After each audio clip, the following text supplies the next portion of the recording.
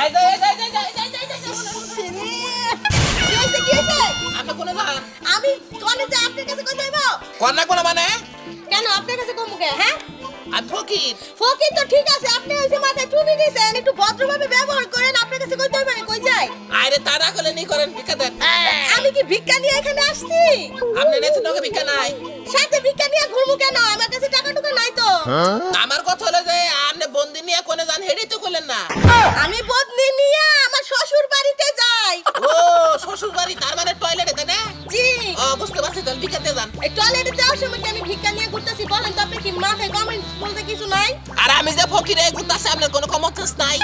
আচ্ছা বুঝলাম কি যে বলেন না আপনি তো আমার ডায়লগ আমারই দিতেছেন এই যে এটা দেখছেন এইটা এই পানি নেন তাইলে এটাই নিয়ে আইছি নেন এই আপনি আমার বদনা দেন কে? খায়ালাম আপনার মনে হয় গলা শুকায় গেছে পানি খান আমি কি বাচ্চা থেকে পায়খানা করেছি পানি দিয়ে হুসমু?